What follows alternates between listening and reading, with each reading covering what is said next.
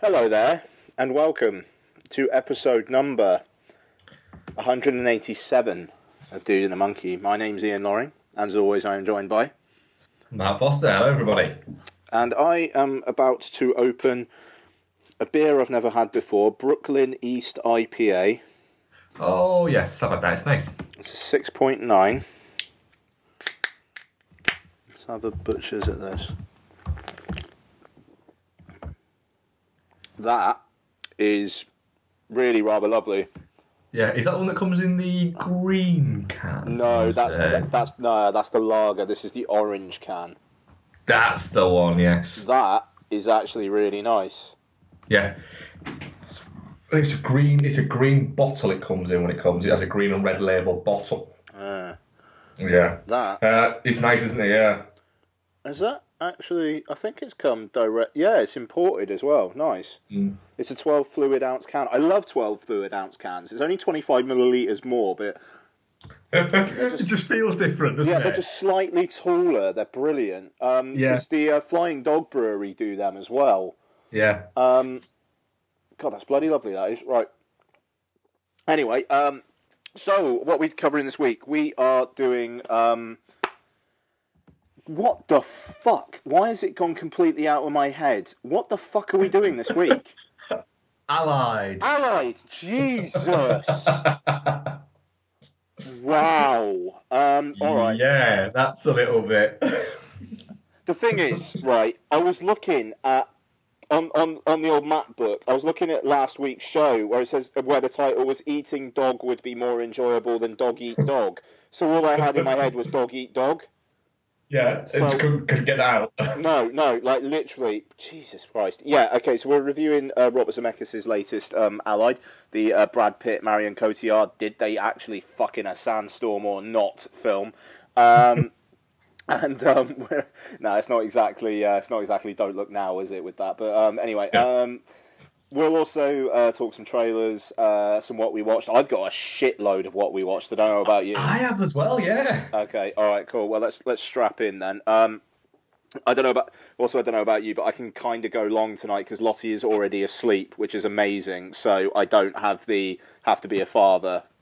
I can put in the good time. Cool. Okay, good stuff. So, we'll also do some Twitter questions and whatnot. Mark, anything going on this week? No, it's been a relatively quiet week in the wonderful world of film, hasn't it? There's not a lot really happened. Everything seems to have down tools for Christmas and wait until the Star Wars explosion. Yeah, no, quite. It's I don't know. There's just not much news or anything at the moment, is there? So, you had Thanksgiving and Happy Thanksgiving to our American listeners and whatnot. I believe we have quite a few. So, yeah. Yeah. But I bought a new MacBook on Black Friday. I didn't do. Yes, yes, you didn't you? What were you going to say? Sorry, Mark. I didn't do my usual watch of Planes, Trains, and Automobiles on Thursday night, because usually I always watch that on Thanksgiving because it's the Thanksgiving movie. But I was very tired on Thursday, and I just sort of said to Bex when she said, "Oh, we're watching Planes, Trains, and Automobiles." Like, do you know what? I don't think I'm emotionally capable of watching that movie right now. I might watch that this week, actually. Fair dude. I think it's one you can watch in between Christmas and between Thanksgiving and Christmas. Yeah, I think that's appropriate too. Yeah. But yeah, Black Friday consumed me, and I got the new MacBook with the Touch Bar, which is really nice. And is it lovely? It's really, really nice. The Touch Bar's awesome, and the Touch ID, like using your fingerprint to unlock your Mac, and like when it says like something wants to do something into your password or just Touch ID, it's like yeah. Yes, please. That's some future shit right there. Yeah. I mean, it's expensive, but I got 250 quid off the normal price, so I don't feel quite as raped. And so you covered your Apple tax. Yeah, that pretty much. I've covered the Apple tax and a kind of the Brexit increase as well, but still cost a pretty penny. But the aim, unless I part exit, is to keep it for a good few years. We'll see. Yeah, we will see on that one, won't we? But I don't know. I need a quality laptop. I bought. The show that I had horrible audio quality from my end was recorded on a tablet laptop hybrid thing, which I was thinking I could potentially use going forward, but no, it was terrible. So yeah, hello MacBook Pro, but it is really nice. The Touch ID is awesome. The screen's great. I'll talk about it later, but I watched The Wailing on it last night, and it's a very nice experience watching something on that screen. So I recommend it if you can be fucked to pay the Apple tax, which I obviously can. But anyway, trailers. I did actually dip into Black Friday a little bit with yes, go with some of the deals that were on the iTunes. There was some crazy deals. Oh my god, yeah. Let's do this. Yeah, what'd you get? Yeah, I got Night and Day because I wanted to rewatch it and thought, do you know what? $1.99 to rewatch that and to own it. Why not? So I bought Night and Day. I bought The Intern for $3.99. The Usual Suspects for $2.99. Yeah, man. $2.99. And I also bought West Side Story because Beck wanted to rewatch it.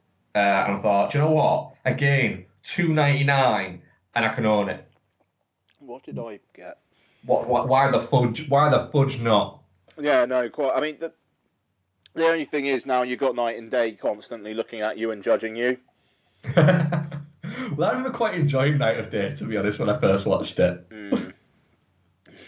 I very much. I remember thinking. I do remember absolutely thinking. Hang on a minute. Cameron Diaz runs a online auto parts store. Yeah. I bought the Indiana Jones complete collection was $14.99, which I don't think it's usually that cheap. That's not bad. I was quite happy with that. Les Mis for $2.99. Magic Mike XXL for $3.99. Midnight Special for $4.99. Yeah, I was gonna get that, but I didn't. I think the reason why I didn't get that was because I clicked on it. It's still $4.99, so I might get that tonight actually. I clicked on it while I was on my phone, and it was saying you do not have enough space to download this. I was like, motherfucker, we've been through this loads of times, phone. I mean, I got a 128 gig iPhone 7, so I don't get that, but I used to get that a lot on my old iPhones, and that's fucking annoying. That is. Yeah. It's just like, what makes you think I want to download it right now? Yeah, just give me the option. Yeah. Let me fucking buy it, then I'll decide if I want to download it, like it does on my iPad. With the iPad, it just says, oh, do you want to download that now? No, I'm alright, thanks. Yeah, exactly. Alright, cool. It's just there if you want to watch it. Whereas your iPhone, it's like, you can't download that now, you can't fucking buy it. Like, yeah, Apple, like, you're ever going to not take money off me for shit. Yeah, no, quite. And I also got Sideways $1.99, so I've been itching to rewatch that. And Sing Street, which everybody seems to be raving about, and I put up a poll saying it was $4.99, should I just blind buy it? And I got like 13 yeses and 1 no. That was the one no. Oh, was that you? You fucking So, the thing is, I'm not seen it and I'm nothing against it. It's just at one point there was loads of yeses and I thought, well, fuck you. Just hit no.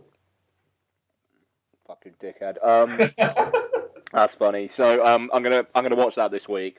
It's part of my year catch up. But there's some good stuff in there, man. I mean, Midnight Special and Sing Street have not been out for long.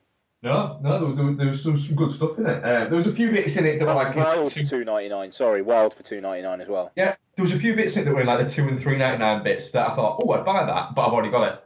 The Commando for $1.99. Yeah, Fuck yeah. I should not. I paid a £5 for that, and I was happy with the $5 I paid. Actually, I think I paid $1.99 for that and Predator, maybe around last Christmas. Yes, they were around last Christmas for it, which I'm looking forward to if they do that again. Yeah, I think they will. And yeah, no, that's going to be good. But yeah, no, iTunes, fair play, man. That was a hell of a sale. It was only like a free dayer as well, wasn't it? So.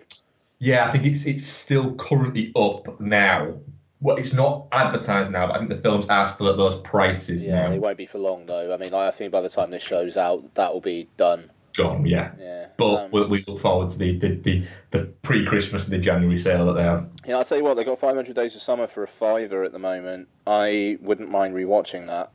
Well, weirdly enough, I had that on Blu-ray and just typed in the ultraviolet code for it in iTunes, Oh, and shit. and it accepted it. Oh, really? Nice. Yeah, yeah. So I've got that on my visit. Oh, sweet. Bloody hell, fair play. Is it HD?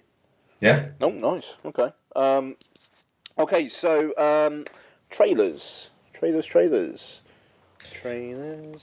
Not loads, to be honest. I don't think this week. I mean, there's the big one, which is what the only one I can think of that I've seen this week, which is yeah, Silence. Silence. Yeah. I'll do the second trailer for Fences. I'll do the second trailer for Fences first before we do Silence, because it feels like the big trailer of the week. But yeah, Sure. second trailer for Fences. From what I understand, this has been pushed back from a September release to a December release. And when you watch the trailers, you're kind of looking at going, that's to put it closer to award season, isn't it? It's a little bit like, is it Viola Davis's time? I think it might be. Which wouldn't be a problem because, Viola Davis is probably fantastic in it because she's been fantastic for years. But yeah, it looks very good. Looks very much like it's going to be quite hard hitting, but a lot of feels. You caught me mid chewing there. Apologies. I'm very mindful of the fact that listening to people eat on podcasts is horrible, so I am trying to mute my mic, but apologies. So, yeah, no, I haven't seen the second trailer yet, but it does kind of seem like there's a bit of a narrative forming about Denzel maybe being the first black man to win Best Director. And that would be quite something. And it would be quite something, which is, to add to the fact that he's got two currently. Has he got one for supporting and one for Best Actor? Yeah, like Glory and Training Day in it. Yeah, I mean, has anybody done that before? Has anyone done supporting, directing, and actor as a triple threat? I doubt it. Because I can't imagine Warren Beatty ever won Best Supporting Actor. No. He got Best Director for Reds, didn't he? And yes. Best Actor for something, I swear.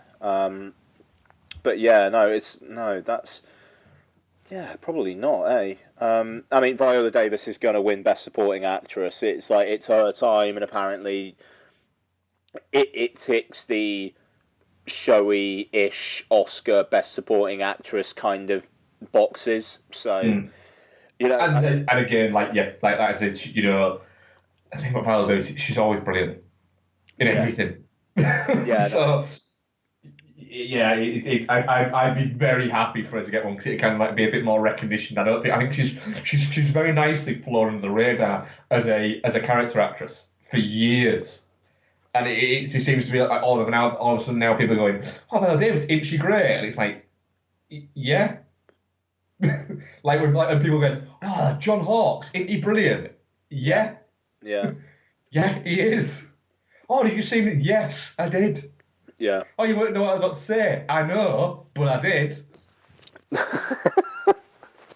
Yeah, no, I mean it looks great. I mean, it's kind of annoying that it's not out here until the start of February.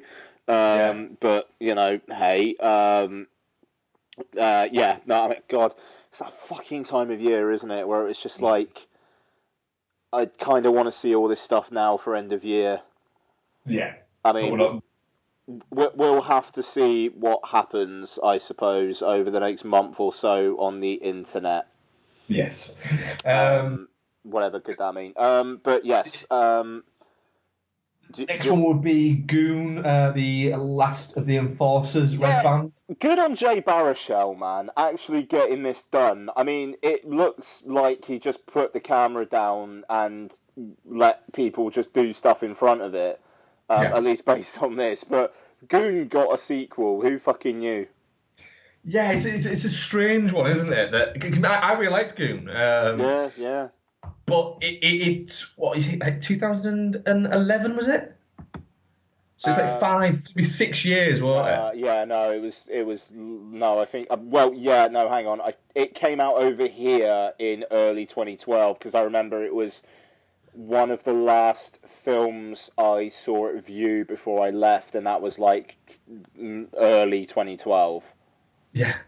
So that's yeah. So it'll be 5 years in between then, which is mad that Oh. they got a sequel. But all power to it. I'll watch it. That just reminded me, slight tangent. Almost the last 35mm film I saw projected.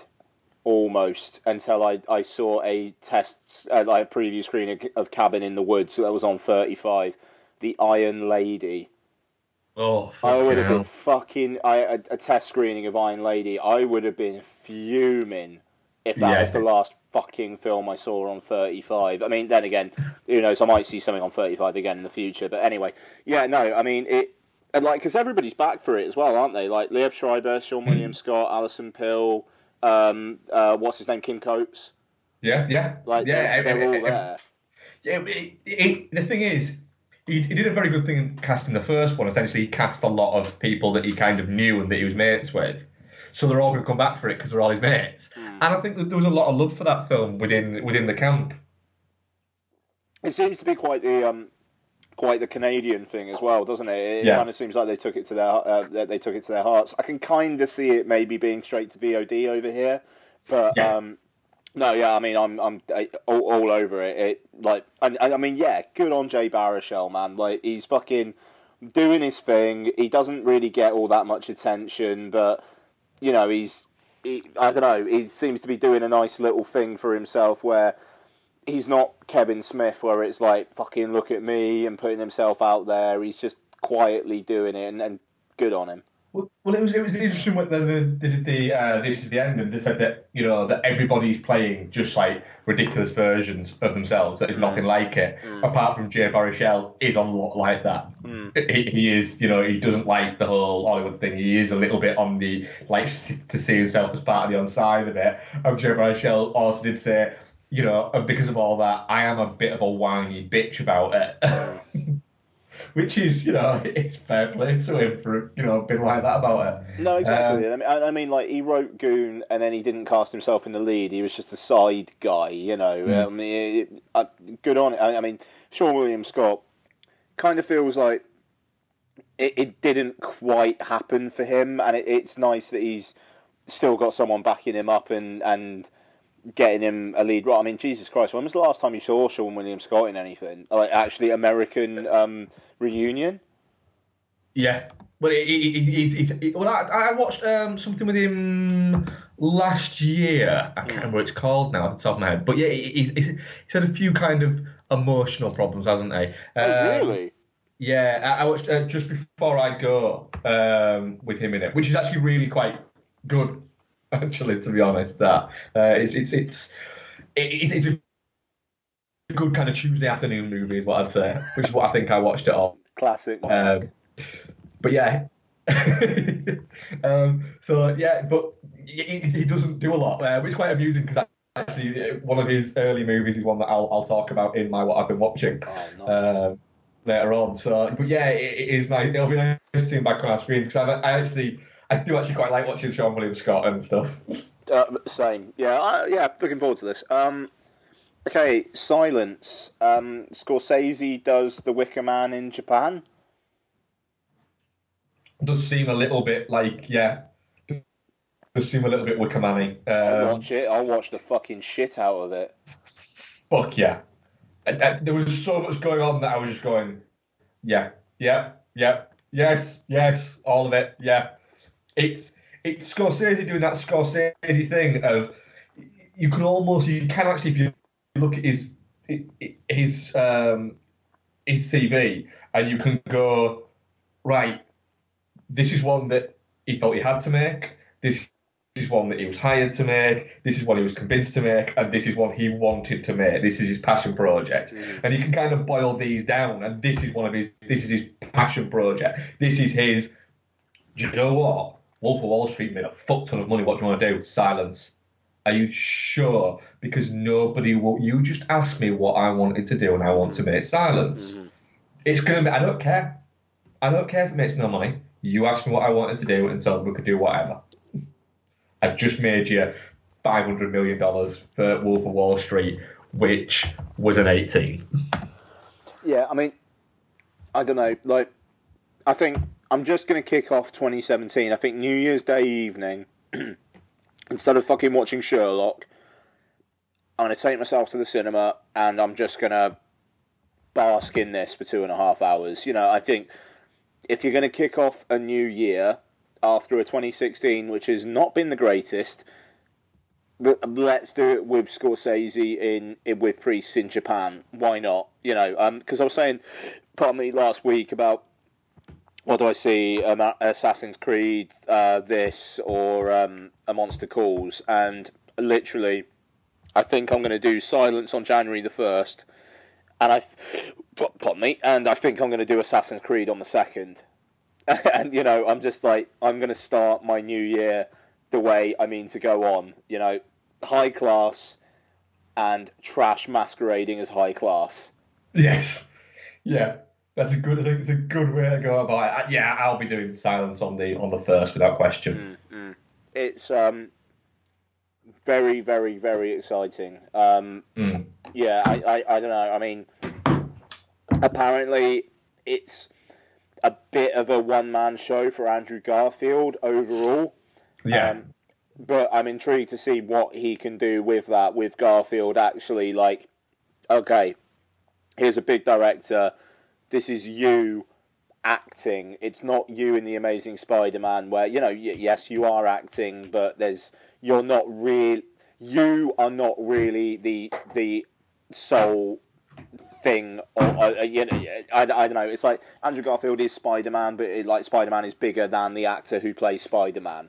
I think it's fair to say. Whereas this, it's like he's going to have to pull it off, and apparently he really does. You know, and Liam Neeson, best supporting, they're kind of talking about, even though apparently he's only in like 2 or 3 scenes.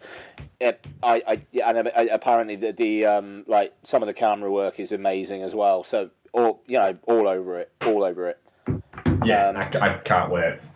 And I mean, the trailer does enough of telling you the story and giving you a sense of the atmosphere, but not really giving you much more than that. And that's fine. That's all I need. We just need that one trailer, and then January 1st, go see it. Yeah, that's it. We don't need multiple trailers for that fucking film. Straight up. Okay, so let's get into the review. So it's the film I couldn't remember the title of. Allied, the film for which I forgot everything about. It's directed, even though I watched it yesterday, it's directed by Robert Zemeckis and stars Brad Pitt, Marion Cotillard, Jared Harris, Simon McBurney as the most Simon McBurney as ever Simon McBurneyed, and others. Story is Brad Pitt and Marion Cotillard play kind of secret agents for the Allies who get together. And also the German guy from Inglourious Basterds, who I always feel sorry for because it kind of seems like he only ever plays a bastard Nazi. He plays a good Nazi. He does, though. Not a good Nazi. He plays a Nazi well. He plays a cunt Nazi really well, and I feel I bet that guy is lovely in real life as well. It almost feels like he's that's the twin brother of the Nazi from what I say from Inglourious Basterds. Yeah, straight up. But yeah, anyway, sorry. So they are kind of teamed up. They don't know each other to foil a German plot in Casablanca. And they fall in love, and it's revealed after some time that Marion Cotillard may or may not be a German spy, and Brad Pitt has to figure out who his allegiances are with, the Allies or his wife. So, Allied, Robert Zemeckis' second film in 2 years after The Walk, which is a film completely undone by Pepe Le Pew, or Joseph Gordon-Levitt. But now we have Allied, a film which sees him relying less on the digital trickery and more on an actual plot. Mark, what do you think? It's a peculiar one, I would say, about Allied. In the sense that this is the third after years of not doing live action movies. Like what was it? Was it 15 years or something like that? 10 years? We've had three in the space of what 4 years with Flight as well, which actually I think came out early 2012 for us. So like 3 years, so, oh, 4 years, 4 years. And we've had three in a row, and they've all been a little bit mixed, really, like a mixed bag within themselves. And Allied is a little bit like that in the sense that it's teamed up two big stars. You know, no way to get on that. You know, Brad Pitt and Marion Cotillard, you would consider as proper A-listers. And you know, setting the opening half an hour in Casablanca is very much you are making a statement, I think, with that. Mm-hmm. And also giving it a kind of a matinee, wartime matinee sheen to it as well. Also, is a stylistic choice that Zemeckis has made with it. The only issue that you have a little bit with that is there's not a great deal of genuinely great matinee movies. They're often quite entertaining and everything like that, but they're forgettable and throwaway. That was a kind of point about them. But this is trying to not be that. So it feels almost like it's fighting against its own kind of style, and it does feel a little bit like a film caught between two stools. Does it want to be romance like a hidden romance film or not? And it ends up never really quite being. It's not really a war movie. It's not really a matinee movie. And is it really a romance movie? It's none of them. But there is good bits in it. But I do feel a little bit like it was a bit paint by numbers, and it kind of like it never threw a curveball at any point.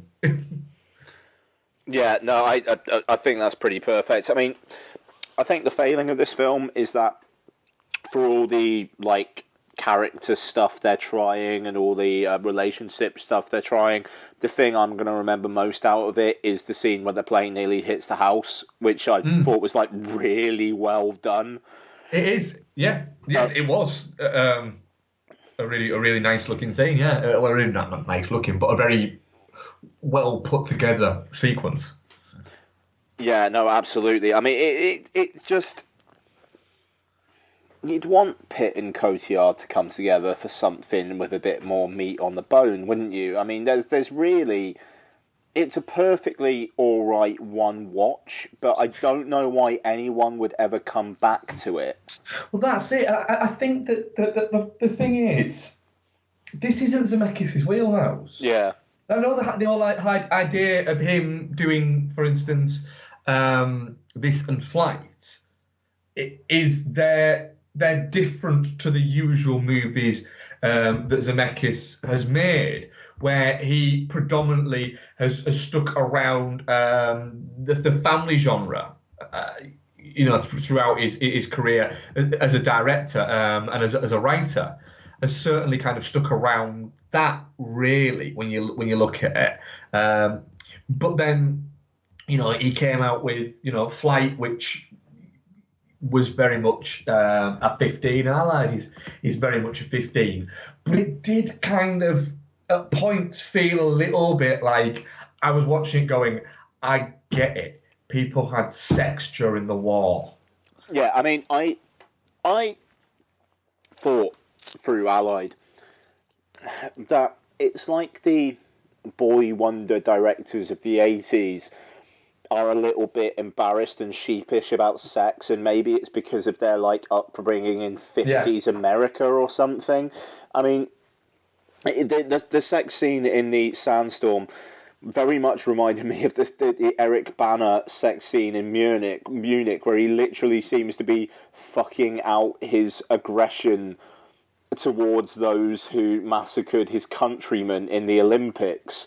It just in terms of like they're almost with the sandstorm and stuff. It's all so overblown. Yeah, It's like did you feel a little bit uncomfortable watching it? yeah, it's like if they're gonna do a sex scene, it's got to mean something. Yeah, that as well. That scene would have been fine. And as is well established, I have no problem with sex scenes. Well, you have less of a problem with them than I do. I mean, movies. that's well established. Right. So with that, right, if it was half as long as it was, and it's not that long, but if it's half as long as it was, if it is, right, the scene finishes where he lifts up onto his lap and under the top. There you go. With this movie and the tone of this movie, you can cut it there. You then don't need to go further. Because you're going further, but you're showing essentially the same thing. You're not going more graphic. It felt like, why does this need to be a minute? It could be 15 seconds and get across the same point. They fucked. We get it. It doesn't need to be any longer. And you're not doing it so you can go, titty. You're not even doing it because of that, because there isn't the titty moment. So it's, you know, I don't mind seeing Marion Cotillard in some kind of tryst. It's very nice. But I was going, I feel a bit uncomfortable watching this. I feel like literally I am a guy who has just wandered up on that car and is just wiping away sand off the windscreen and then just going to tap it and wave. It felt like that. Yeah, no, I mean, what also doesn't help is the fact that I don't think it's particularly earned. I mean, No. They fall in love very quickly, and you've got that bit where Cotillard... A lot of stuff. Sorry? A lot of stuff happens quite quickly in this movie. Totally. Like the passage of time, it's like boom. They've got a kid in the Blitz, which was another really well done sequence, I thought. But yeah, it's just, you know, she's taking off her shirt, and he's like, you know, if people fucked, they're fucked. They end up fucked. You know, and it's. And he's very, this is business. And then suddenly it's, oh, we might die tomorrow, let's fuck. It feels out of character for him. And I don't know, it's interesting that she's the one who's kind of like doing the seducing, I suppose. But it doesn't feel particularly like he's seduced in that moment, just that he's got a boner at the time, and why not? Yeah, she quite literally is using the barrel of the pussy on him. That's the whole thing. It was because it's because I've heard things kind of question the chemistry that they have in it in the actual film, where you always get the feeling, and it could be, I remember all spoilers all the time, it could be retro feeling it, going back, is that he's absolutely madly in love, and you're not quite sure with him. Is that just good acting, good directing, or is it just a little bit like, it's Marion Cotillard, who wouldn't be in love with her? Yeah, I don't know, it just like, it feels like within the space of 10 minutes in the film, you've got him telling her to put the shirt on, to the scene after where she walks out and he's like, you are beautiful. And I don't buy it. But later on in the film, like, I think it's a strength of Pitt and Cotillard where I do buy it. You know, I get the passage of time through their performance more than I do the narrative. And I will say as well, I thought the second half of the film was lacking because Cotillard basically becomes woman in house who may or may not be bad guy. Yeah, you can do more with Marion Cotillard than that, but you can do more with the film. There's not a lot happens in that second half of the film, really, or the final act. There's not a lot happens, and you kind of by that point going, well, do you know what? If this is right, if she isn't a German spy, or she isn't leaking the information, then this entire movie is fucking stupid. So she is. Yes, some point. Yeah, I mean, the moment where drunk friend says, "Oh, it might just be a test," does feel like, okay, yeah, we just need something Yeah, more to question it at this moment in time. and Yeah. you're going, hang on a minute, right? A, it's not a test, Mm. and B, you were literally just watching him doing coke in your fucking living room. So, and which again felt weird. Oh God, Felt yeah, that's weird right. I that Brad forgot Pitt about that comes home moment. to a party that has been thrown for some people, right, where they're serving stroganoff, right, and he walks in and his mate's doing fucking coke on at the fucking kitchen table, and no, it's not the kitchen table, the dining room table. There's random fucking squaddies asking his sister's lover to kiss to get him off, and then he opens his fucking understairs cupboard, and there's two people fucking in it. Yeah, It's still like, that well, that hang on a minute, and why are they at a wartime Project X? no, I mean, yeah, that is awful. Do you know what? I'd actually burned that from my mind, but that whole setup is the worst. It's like, who the fuck is this party for? Yeah, How is the kid sleeping upstairs? yeah, How are the neighbours not really kicking off about it? yeah. Why? Because it's the war, and because do you know what? It was established a few seasons ago that there's only two things that aren't rationed in wartime: champagne and Yeah, fucking. it's yeah, no, the whole setup of that scene is ridiculous, but it does contain Jared Harris delivering one of the best bad lines I've seen since Engage the World Machine or whatever it is in Man of Steel. Do you know what I'm talking about? Yeah, which one is it? Show me your chickens. Show me, show me your chickens. Like it's incredible. Yeah, Yeah, it feels like everybody apart from the visual effects people are punching below their weight. yeah. And even the visual effects people, like, was Pitt de-aged in the Casablanca bits? I don't think so. No, Because I think he's just lost a bit of weight. I tell you what, in the nighttime bits, I thought he looked plastic. And that's just Pitt now. Is it? Jesus. Yeah, because he seemed leaner than he has done recently. That's true. You know, he was never. I'm not saying Brad Pitt was ever fat, 'cause he was never fat, but he did. He bulked too much. He put on too much bulk, which made him, with the fact that he's that age, look a little bit fat. But he's not. But he's leaned down again now, and that it carried him better, I think, in this. It made him look a little less. I'm going to use the word puffy, but I don't mean in that way. I mean in the way that it's supposed to mean. Yeah, no, sure. I mean, it's interesting. I mean, Brad Pitt's at an interesting point of his career now where, you know, the acting's got to get him by more than his looks.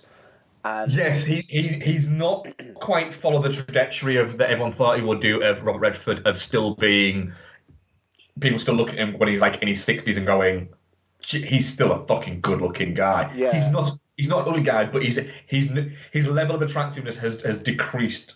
Not to like a death levels of decreasement, but it still has a little bit. He's not quite as attractive as he was before. Yeah, I think he should grow a beard. That would be good. I think that'd carry him a little bit better. But I mean, I think the leading man role of this particular kind, I think it might be done. I think. But then again, I mean, I don't know, maybe not. It just there's a bit of a passage of time here, and I don't know. It feels like big action film he's not really going to be able to do, but this kind of feels like it's trying to be something worthy but isn't quite hitting it. I don't know. It kind of feels like maybe he should go into more character actor type stuff rather than dashing leading man, even if it is dashing leading man with baggage. I mean, because he's really good in The Big Short. He just kind of pops up there, and he's good in 12 Years a Slave, and he just pops up there, and yeah, he's he also as well. You know, I have to say, I thought he was very good in this. I thought he was good. I just I think he's kind of outacted by Marion Cotillard, and when they're not together as much, Yeah, I think that it does actually hurt it. Like you're never ever. I never felt like he was going to go against his wife. Like towards the end, where it's like the real blah blah played the piano. I never got the he feeling was never like going to shoot in the face. no, yeah, it was never going to happen, and maybe that's a part of the narrative as well, where he's so full on, no, no, no, no, no, right from the start, and it never really lets up. And again, Mm. you know, they artificially add a moment of tension in the prison when like the drunk guy says just as he's walking off, oh, but she was great at the piano. And Mm. you know, it almost feels like they're just adding little things in there to literally just keep it going before it runs out of gas, like a quick little like £5 fill up at the petrol station just to keep it going. Um, and I mean, to be fair, the film could have been shorter. It probably would have been nice. It's a smidge over 2 hours, and I think the kind of the section where he's finding stuff out, like the bit where he sees his old friend who's the burn victim, kind of feels a bit like, did we actually need that? Yeah, To be fair, the party sequence did not need to be as long as it did, but then the plane crashing down was really really good. So I it was a wouldn't nice have, payoff with that one. yeah, yeah, Yeah. yeah, no, totally. So, even though it Am was I like right in thinking the it's yeah, go on. sorry, one. Am I right in thinking it's written by the guy who wrote Peaky Blinders? Yeah, and Locke and Eastern Promises and Dirty Pretty Things. Yeah, and he's So got that new. I think he has he. Again, I'm way off by it. Has he co-wrote that new thing that Tom Hardy's got that's going to be on next year? Taboo. I think he Taboo, might have. that's it. Yeah, Yeah, yeah, I think he might have actually. So yeah, that's the yeah. thing. He kind of feels like he's a well respected guy, but I don't know. It just it like you said, it's caught between two stools. It doesn't quite know what it wants to be, and it ends up just being a bit. I mean, it's not shit. It's no. There is too much quality in it to call it shit. Yeah, absolutely. It's this, like you say, it's. I mean, I'm gonna go definitely not shit with it because I do think it is definitely not shit. But like you say, I mean, I'll probably watch it again because I'm going to watch it again with Bex at some point. Mm. But I could see it going one of two ways there. Either I'm going to watch it again with Bex and she's going to go, oh, what do you think on a second watch? I'm going to go, it falls apart on a second watch. Or I'll go, do you know what? Enjoyed it more that time, knowing that, yes, everything that is going to happen just happens. The And thing is, that's the thing. It is everything that's going to happen happens. the thing is though, I think when you rewatch it, I don't think there's going to be any. You know, there's not even going to be the breadcrumbs. You know, like they explain it No. away so well that it's like, oh, it actually turned out that he was a dissident that Hitler wanted killed, and you know, it just you are learning things as Brad Pitt is learning things, which is fair enough, but it means on a rewatch there's not going to be like anything really there. Hmm. You know, I mean, in the end of the day, did Brad Pitt actually have to get invited to that ball? Not really. If Hitler wanted the dissident dead, she probably would have just done it herself and got killed. You know, so it kind of takes away from the tension of that scene. Which, by the way, him like, oh, shuffle the cards. Yeah, all right then. I'm just going to do this fucking amazing thing that even though I'm a phosphate researcher Minor. or miner, whatever it is, I'm going to like play with these cards like I'm fucking playing with your wife's bum hole or something. You know, it doesn't make. And it is a little bit like, I'm sorry, Robert, right? You managed to make Tom Hanks into like loads of different characters in CG in Polar Express, yet you can't make a man's hands look like Brad Pitt's actually shuffling those fucking Yeah, cards. yeah, yeah. I mean, it's kind of 20 years brutal. later. The way it literally like cuts away, and I mean, it's almost parodic. Yeah. Yeah, that's brutal. But I mean, the recreation of war-torn London is really well done.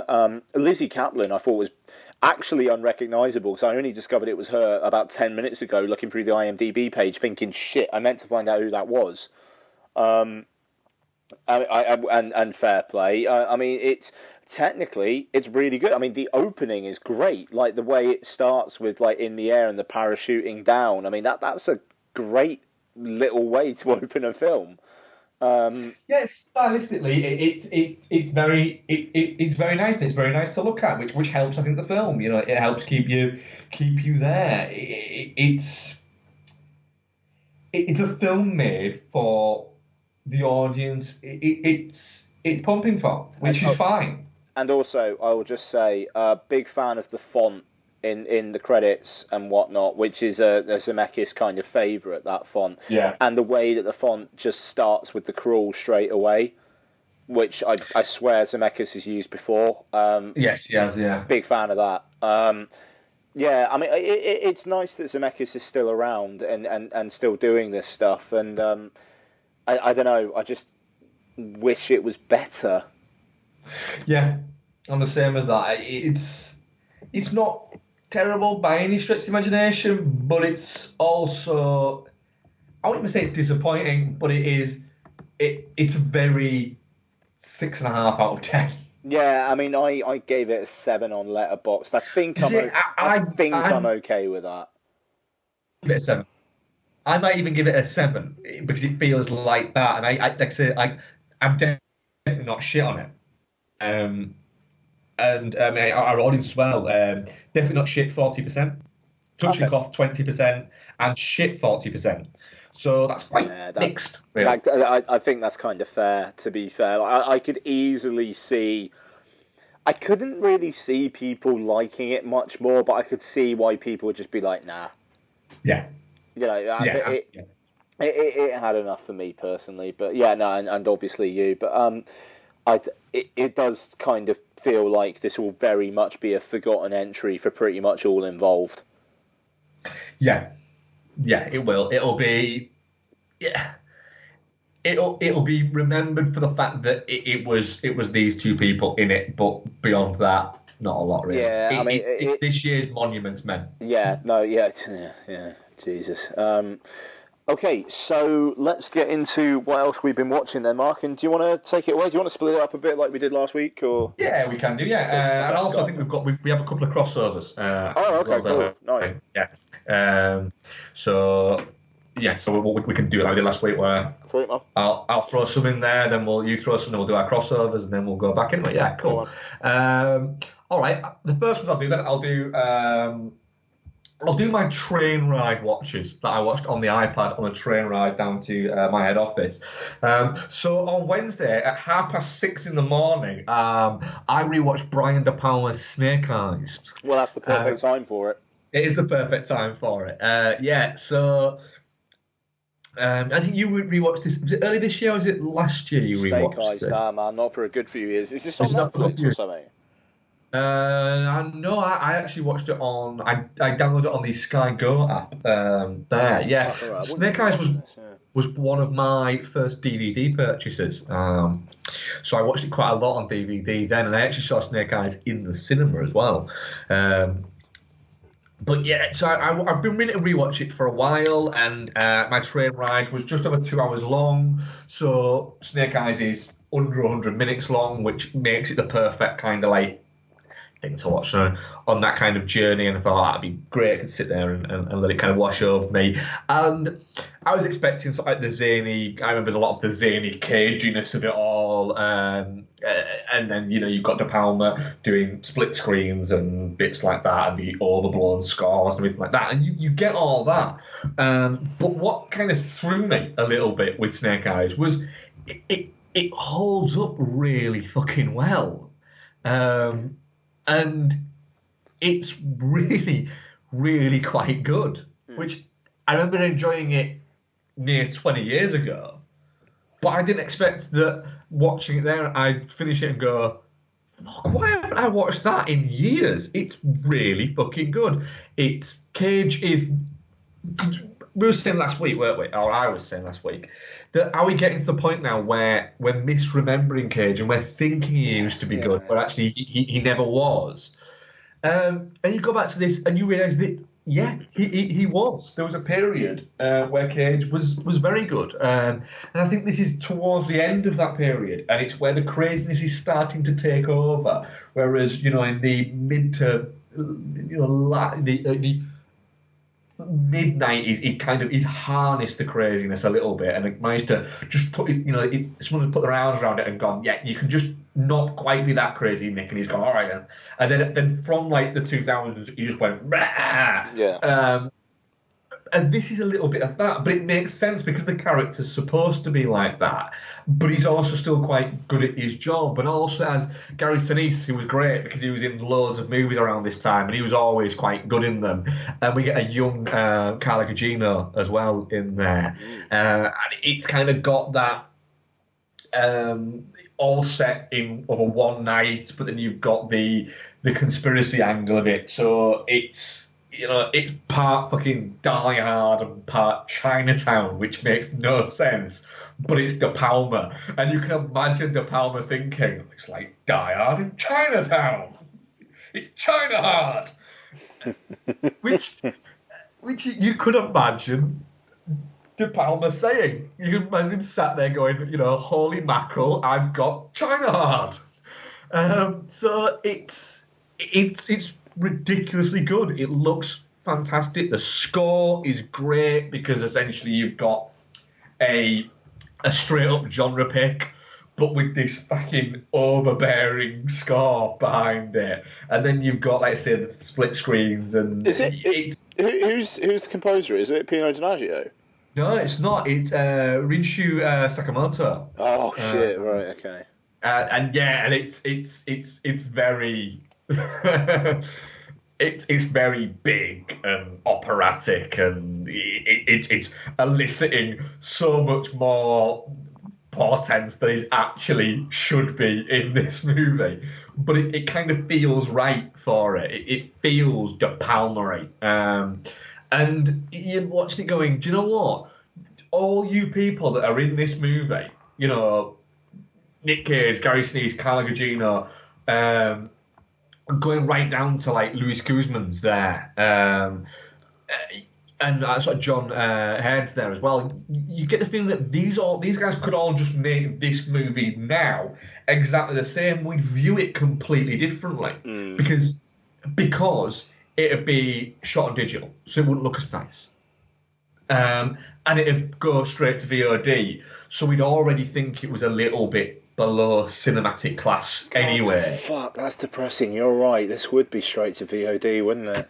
It would, but it was great at this time that we could get a film, that was directed by Brian De Palma, written by David Koepp, and starring Nick Cage and Gary Sinise.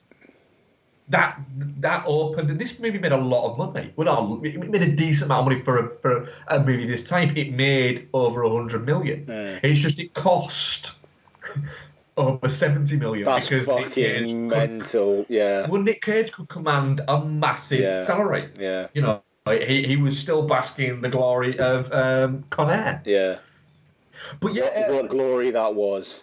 Con Air, yeah. Fuck, man, Con Air, seriously, I need to rewatch Con Air. That has been way too long. Yeah, Con Air, I watched it not too long ago. Con Air holds the fuck up. Yeah, okay, that's good to know. Whereas Face Off doesn't. Face Off is terrible. So yeah, but yeah, honestly, I would move it up your I want to rewatch it list because I was quite shocked at how much I enjoyed my rewatch of it. And I'll tell you now, it must have been a decade since I last watched it, probably even longer. It won't be that long again. It'll probably get watched every couple of years now. If it ever comes up on... I'll tell you what I'm going to do right now. I'm going to check on iTunes. See how much it is on iTunes. The thing is, Disney aren't very big on the making stuff cheaper. No. And I believe it was like a Hollywood Pictures thing at the time, if I remember correctly. It was indeed, yeah. If this movie is $5.99 or below, then I'll be buying it. Do you know what? This might be a It's good one for Noel for the project. Yeah, it's £8.99, and that's the ridiculousness of it because that shouldn't be £8.99. It should be £5.99 or £4.99. Did we agree on a price limit, or was it just whatever No, anybody wants to go with? whatever you want to pay. Yeah, I think you need to ask Noel if he's ever watched it, because then it will give me an excuse to watch it. We will discuss this more in the future, listeners. Yes, that cryptic little conversation there will be discussed further in the future. Yeah. It will make sense. Yeah. So coming back from so I set off at 6 in the morning, and I was coming back at around 8 o'clock at night. I decided to. Well, last week we watched Dog Eat Dog. And we noticed that we'd actually covered the previous Porsche Raider movie, which was Canyons, except it wasn't. Oh, fuck, did you watch? Oh, sweet. Okay, yeah, I'm ready. It was Dying of the Light. I'm ready. Also starred Nick Cage. So I decided, because I was flicking through, looking for something to download onto my iPad to watch, and I happened to scroll past Dying of the Light. And so I thought, yep. Downloading that motherfucker. So I downloaded Dying of the Light. Now, Dying of the Light opens with Nick Cage's character, Evan Lake, who is a CIA agent, being tortured by a guy who's trying to get some information out of him to get a mole in his office. And all he's asking him for is a name. Just a name. And all Nick Cage's character, Evan Lake, keeps doing is he just keeps reciting his own name, which is his alias. Despite the fact that the guy who's hitting him in the face with a cricket bat keeps telling him, no, you're not, you're called Evan Lake, and I need to know the name of the mole in your office. And he keeps just saying, that he's his alias. And then all of a sudden, the rest of the guys pile in, and there's an explosion, and everybody dies but Cage. And then it fast forwards to, I think it's 18 years later, I think it is. And then 22 years later it is. Fast forwards to that. So it's fast forward to that. Sorry, did you just get a WhatsApp? Yeah. Yeah, no, yeah, man, I feel really bad for Noel. He's fine, everybody's okay, but that would frustrate the living shit out of me. I'm not going to say just in case, but yeah, that's really annoying. So fast forward 22 years later, and he's essentially being retired because they found out that they know that he's got a brain. He's got dementia. He's got brain dementia. He's got brain dementia, yeah. Okay. He's got a brain disease, and I remember that it was actually dementia that he had. But he's convinced, right, that the guy who was torturing him is still alive, despite the fact everybody says he's dead. Right. Right? And then Anton Yelchin, who also works in his office at the CIA, finds out that this guy might actually be alive. Right. And so Anton Yelchin gives him this evidence that he might be still alive. So Nick Cage goes to his bosses and says, "Look, I've got evidence that this guy is still alive." And they go, "We don't give a fuck. We're retiring you." And he just loses his shit. Everybody. And so Anton Yelchin ends up just going and saying, "You know what? Fuck it. Let's go find him in Bucharest ourselves."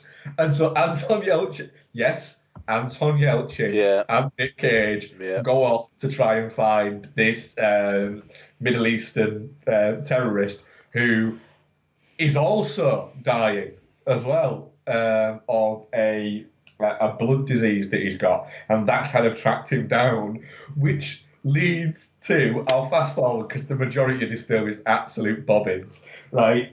It leads to one of the weirdest showdowns ever between Nick Cage, who is having a dementia moment, who is facing off against a terrorist who essentially almost beat the life out of him, which has caused him to get dementia later on and caused him to have to sit behind a desk rather than be a field agent like he was before, is also on his deathbed in front of him, and they have a fight. Wow. Yeah, right, and I promise this is true. Right? Nick Cage's character, Evan Lake, kills him by poking him in the eye. That's pretty solid. Right? Not like fucking pushes his thumbs into his eyes like in 28 Days Later and other films where they do that. No, literally pins him down and pokes him in the eye and gets his finger stuck in his eye and then pulls it out. And I don't know if it's there or not. It might be. It might not. But I swear, this is the noise that I heard in my head, through my headphones, watching this on my iPad as he pulled his finger out. I heard... Yeah. Ow, it might not have been there. My brain might have gone, this was the noise, and thrown it in there. No, I could see that. By that point, I was clapping on a train with my headphones in, going, bravo, you magnificent piece of straight-to-VOD shit. That's pretty solid. Yeah, it's Cage in full Cage mode. At points. He actually, at one point, goes, at some of his superiors. Sure. And you just got to watch it going, that is just Cage's audition tapes for like the past fucking 10 years. Yeah. It's not very good. It's not very good. I don't know, it sounds like Run, Don't Walk to Dying of the Light. Yeah, it's it's better than Dog Eat Dog. Oh, fucking anything's better than Dog Eat Dog. Yeah. So I'll let you do a couple now, and then we can then segue into the ones that we've crossed over. Okay, cool, man. So I'll talk about The Wailing then. So this is now on VOD and was in limited release in cinemas. I believe it was a refugee of the Metrodome closure. Oh, was it? If I remember correctly. At least in the UK. However, the 20th Century Fox logo appears at the start of it, which was weird. Apparently, 20th Century Fox Korea were involved. Yes. So this is directed by the guy who directed The Chaser and The Yellow Sea. I'm going to get his name up. Now, The Yellow Sea, I really want to watch because it was... I may have mentioned this on the show before. Na Hong Jin. Yeah, yes, that's exactly it. Thank you. The Yellow Sea. Flicking through the pages of, I believe, Empire one month, saw an ad for the DVD of The Yellow Sea with the greatest review quote I've ever seen. What was it? The stabbiest movie ever made.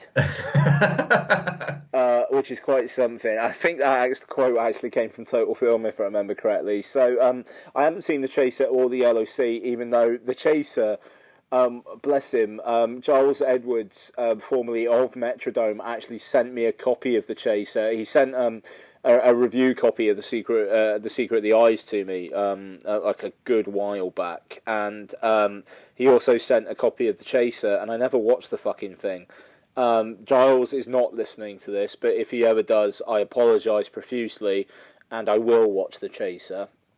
I still have the DVD, and I think it's still in its cellophane. I'm a prick. But The Wailing, $4.49 on iTunes to rent in HD at the moment, and it's worth a go.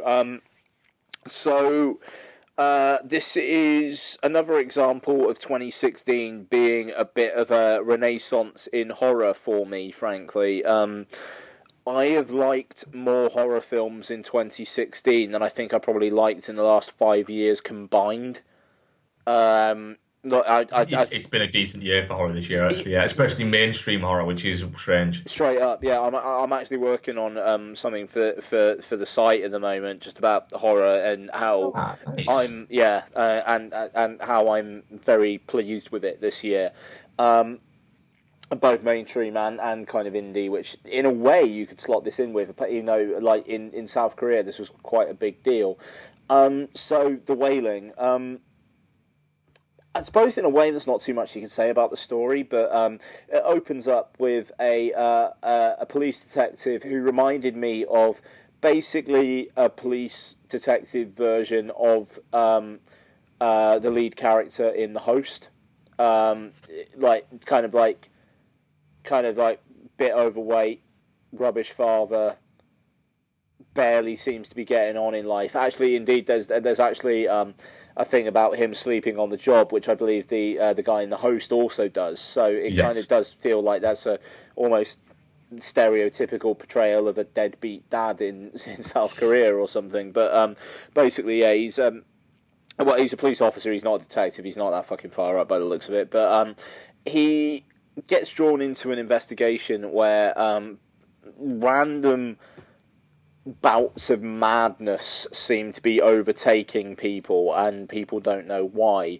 There's suspicion that it might just be due to wild mushrooms causing hallucinations. Other people might think it might be something more supernatural. And there is a strange Japanese man who moved into the area who always seems to be lurking around when stuff happens, and suspicion points to him. It then turns into a combination of almost slapstick comedy at moments. All right. Yeah, weirdly so. Like, there's actual genuinely really funny moments in this film, particularly in the earlier sections. I mean, it does that South Korea thing of tone shifting quite a lot. Yeah. And even when it... Because they do it a lot, actually, in those type of South Korean and Japanese movies tend to do that quite a lot often. Yeah, no, exactly, and it totally fits that bill. And even when the kind of the more horror stuff ramps up later on, there's one sequence in particular that I actually laughed out loud at, and I'm hoping it was intentional. I don't know. I'd be intrigued to see if people know what I'm talking about. There's a confrontation between several men and someone else, which the haplessness of the men I thought was rather amusing. But anyway, it then turns into kind of zombie film at times, kind of possession film at times, kind of encounters potentially with Satan at times film, which somehow manages to feel of a piece in itself. But if it was in pretty much any other film, it would be an absolute mess, but it seems to be able to keep itself consistent somehow. And I think that might be because of its length as much as anything else. It's 2 hours 34 minutes long, and it in a way it feels it. The opening hour and the last half hour are pretty great, and there's moments in the middle hour which are great, but there are also moments where it is a little bit like, I could be getting on with it here a little bit, please. But when it's on, it's on. There's like the last half hour, which is a great combination of kind of tension through situation, but then also just really creepy visuals. It is fantastic, and the opening where it is a little bit comedy before it turns into something else is really quite stand out as well. The thing is, without doing a spoiler review, it is kind of hard to say what's really interesting about it, but I think maybe you should get it watched before the end of the year, Mark. Oh, that good then. I would really be intrigued. Oh, I'll try and get it watched next couple of weeks then. Yeah, I mean, it's not... I'll say it's not going to be in my top 10, but I don't know, I kind of feel bad saying this, but given the fact that it's been quite hyped, and I'm saying I really quite enjoyed it. I almost wonder whether it would be in your disappointments list or whether you'd just be like, yeah, that was pretty fucking good. So it could go either way. Yeah, I actually don't. We haven't covered a lot of South Korean stuff on this podcast. I mean, again, in the little thing I'm writing, I kind of remark that it seems like the time of a Tartan Asia extreme was late 90s to early noughties, and it kind of feels like there hasn't been much crossover since. Like, I'd really like to get Train to Busan watched by the end of the year if I can. Yeah, I would as well. Yeah. Yeah, and it kind of feels like between the two of them, it feels like maybe South Korea is kind of back in that particular aspect. And yeah, I'd really, really, really like to get your thoughts on this and maybe do more of a spoilery discussion once you have. But yeah, I'd kind of like to get into it with The Wailing, to be honest. There's quite a lot to chew on. Cool. I'll get it watched next couple of weeks then. Sweet, man. Yeah, that'd be good. All right, so I'm just going to get my letterboxd list up because I have actually kind of blanked. I am a few cans in now, though, so bear with me. But yeah, I mean, it was a 2.5 hour long like South Korean film that I started at like 9:30 in the evening, and I got through the whole thing like pretty easily, to be fair. Come on. Okay, so I'll rattle through a few, and then I'm going to go through a wee if that's all right. But Anthropoid, which Oh yes. yeah, Jamie Dornan, Cillian Murphy, directed by Sean Hurst, who did Metro Manila. It's all right. It kind of feels like the material and the cast kind of deserve better than this was. You know, it's the Czechs in World War II trying to make a stand against the Nazis. The Nazis are bad. They're facing really like impossible odds. First hour is quite an interesting thing where you got these guys kind of embedding themselves in this society, and you know the men start relationships, and there's kind of a tension about it all. And then the second hour is shit's kind of kicked off, and then it's basically they're hiding. Are they going to be found out? And it's that for an hour.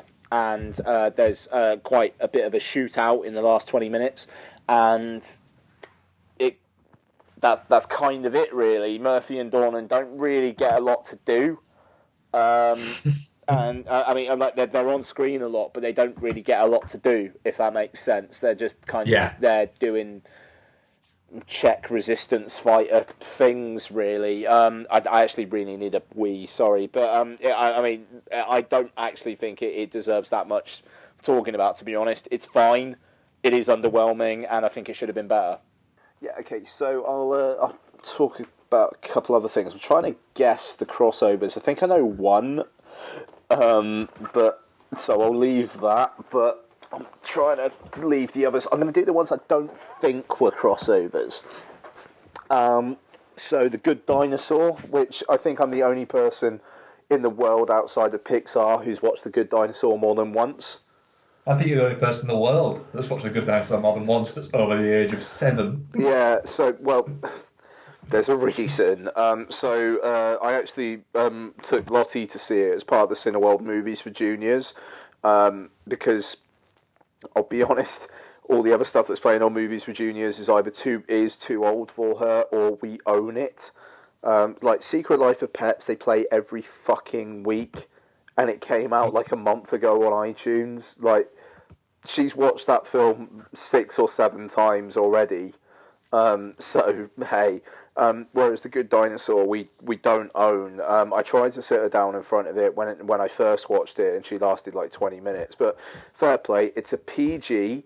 It's got some PG rated shit in it, and she watched the whole thing. She was scared, and she was covering her eyes for a couple bits of it, but I got her through it. So that has me pleased. We're going to go see Moana at the weekend. It's Mummy coming for the first time as well, so I think that's going to be quite the trip for Lottie. But yeah, The Good Dinosaur is not great. All have you seen it?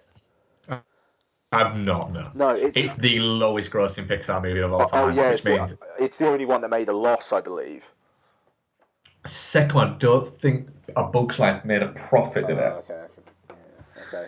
But yeah, no, it's such a fucking mishmash. Like, it doesn't know whether it wants. I mean, it had really troubled development, but it doesn't know whether it wants to be something a bit more profound. There are moments in That's there. what A Bug's Life did just make a profit. Oh, okay, there you go. But there are moments that are like it's trying to be quite profound and beautiful. I mean, like the poster art, which I'm looking at on Letterboxd, that's in one scene. These kind of like light up bug things, and it is lovely. But then it's also got some really, really kiddie stuff as well. But then it's also got a scene where this random like Triceratops is trying to steal the boy, and he's like saying, if you can name him first, then I get to keep him. And he's like, killer, psychopath, murderer. And it's like, whoa, what the fuck? And it just kind of feels like it's out something else altogether. It's a mess, is The Good Dinosaur, but it looks really nice, I'll say that. The Huntsman Winter's War? You're the one person that's watched that. Okay, yeah, you didn't watch that. I didn't think you did. Okay, so The Huntsman Winter's War. It's the sequel nobody asked for. Nobody asked for it. It's Frozen meets Snow White and the Huntsman. Emily Blunt plays the blonde-haired one from Frozen. Yeah, it sounds terrible. I don't know. I mean, it's actually all right when it's on. Is it? Yeah, I mean, it's fine when it's on. Like they all do their thing, and Chris Hemsworth's quite fun. Jessica Chastain and Chris Hemsworth have to play Scottish, which is interesting. In a way, Emily Blunt I don't know. Emily Blunt, like, her character arc is really like quite backwards. It's basically she's evil because she wasn't able to be a mother. Like, really, in this day and age, you're gonna do that, and think you're not gonna get shit for that. I mean, to be fair, I don't think enough people saw this film for it to be given shit for anyway. But yeah, no, I mean, I don't know.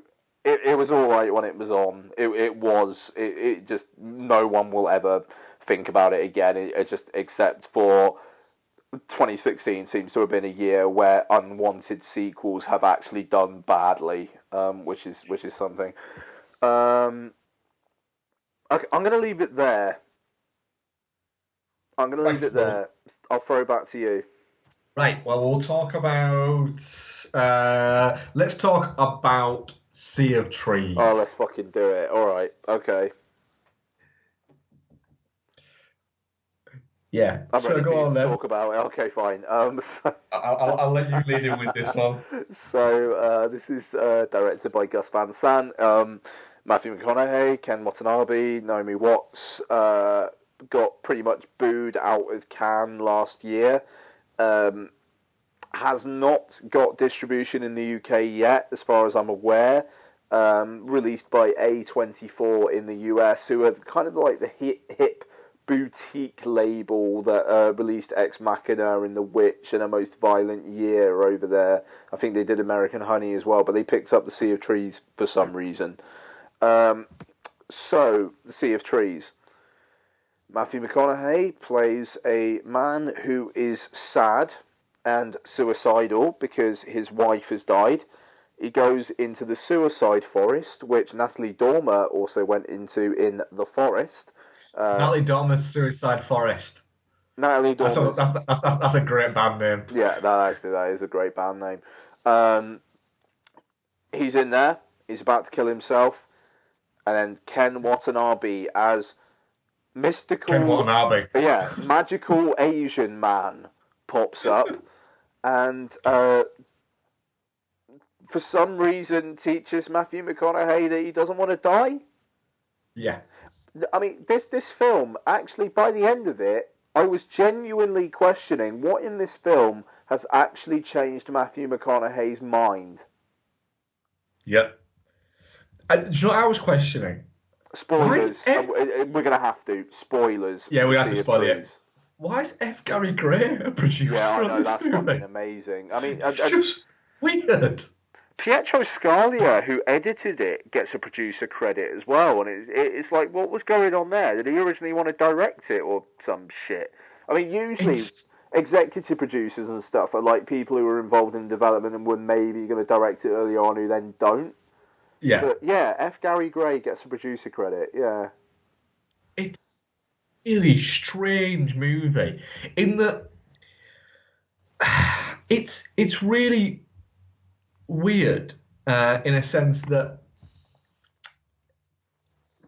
everybody who's in it is quite good in it. Yeah. Because they're all very good actors. You know, McConaughey is very good. Ken Watanabe is very good. Naomi Watts is very good.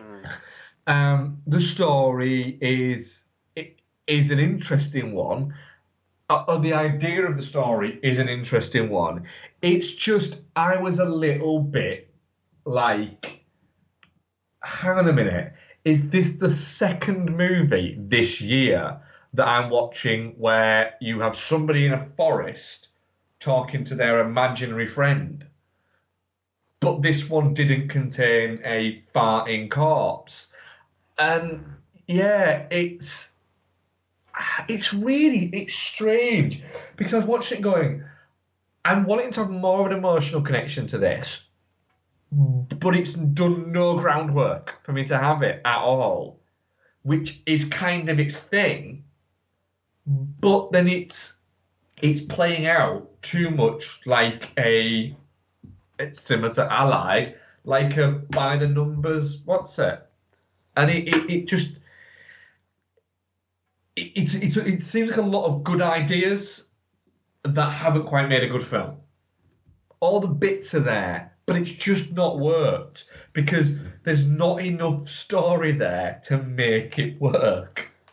No, I mean, I don't know. I mean, I was watching it, I was thinking, alright, I don't really know why people have piled on this film as much as they have. You know, it's not really doing anything of particular note, but at the same time, it's not aggressively shit. No. But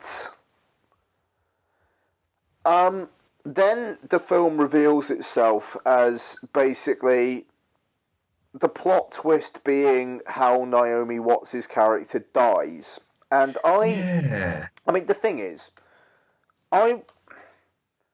the film makes you think certain things about why her character dies throughout. And I don't know, by the end of it, it just feels like, wow, she had a really, really, really shit time. You've got the opening section of flashbacks where it kind of feels like maybe she was an alcoholic and she got depressed and killed herself. And then it's, oh no, she actually died of some sort of inoperable cancer. And then as soon as they say it's malignant, it's like, okay, let's guess how she's going to die. Yeah. And as soon as he gets in the car behind her in the ambulance, it's all right, fine. She's going to get T-boned. All right, fine. Yeah. Just waiting for it to happen. And the thing is, it's like, what are the intentions of the filmmakers here?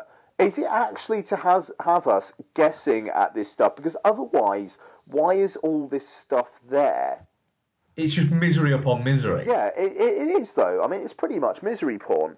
But then you've got like seemingly profound bits. Like I found this actually almost offensive, where she's saying like, I think everybody deep down knows the perfect place they want to die. No, do you know what? No, no, there is no perfect place I want to die. Yeah. What? Make sure you find your perfect place, and then he fucking buys the house. And and then he Googles it. Yeah. I mean, that's fucking. I mean, like that is. Make sure you find the perfect place to die. He literally Googles the perfect place to die. Place to die. It just that this film does not help itself. I mean, and also and like you say, the cast. The only reason for me why this film is not a 1-star film is because the cast are all putting in a shift. Ken Watanabe. I mean, Jesus fucking Christ. I mean, what is he saddled with? Basically, he gets maybe 3 lines in which to give a bit of backstory, and then the rest of it is, I have to be the mystical man who bounces off platitudes so that Matthew McConaughey says stuff. Yeah. Like, I mean, Christ, if I was Ken Watanabe, I'd be looking at this going, are you actually fucking kidding me? Yeah, you could be a little bit. It does. It all feels very much like when Gus Van Sant does this type of movie. Yeah. No, I mean, he is a profoundly frustrating director, Gus Van Sant, because every now and then he's fucking brilliant. Yeah.